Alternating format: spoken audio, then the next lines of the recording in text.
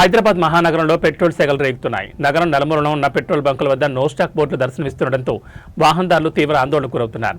ఉప్పల్, అత్తాపూర్, ఎల్బీనగర్ వంటి ప్రధాన ప్రాంతాల్లో కిలోమీటర్ల మేర వాహనాలు బారులు తీరాయి. అంతర్జాతీయంగా నెలకొన్న యుద్ధ పరిస్థితులు, చమురు ధరలు పెరుగుతాయన్న భయంతో వినియోగదారులు ఒక్కసారిగా పెట్రోల్ బంకులకు క్యూ కట్టారు.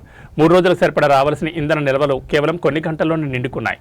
మరోవైపు ఆయిల్ మార్కెటింగ్ కంపెనీలు తమ నిబంధనలను కఠినతరం చేయడం డీలర్లకు తలనొప్పిగా మారింది. గతంలో ఉన్న క్రెడిట్ సౌకర్యం రద్దు చేసి అడ్వాన్స్ పేమెంట్ చేస్తేనే స్టాక్ పంపిస్తామని కంపెనీలు తేల్చి చెప్పడంతో డీలర్లు నిధుల సర్దుబాటులో ఇబ్బందులు పడుతున్నారు. ఇది పరోక్షంగా సరఫరాపై ప్రభావం చూపుతోంది. అయితే ఈ గందరగోళంపై రాష్ట్ర ప్రభుత్వం స్పష్టతనిచ్చింది. తెలంగాణ రాష్ట్రంలో రాబోయే 60 రోజులకు సరిపడా పెట్రోల్, డీజిల్ నిల్వలు ఉన్నాయని, ఎవరు భయాందోళనతో స్టాక్ చేయాల్సిన అవసరం లేదని ప్రభుత్వం విజ్ఞప్తి చేసింది. సరఫరాను త్వరలోనే సాధారణ స్థితికి తీసుకొస్తామని భరోసా ఇచ్చింది.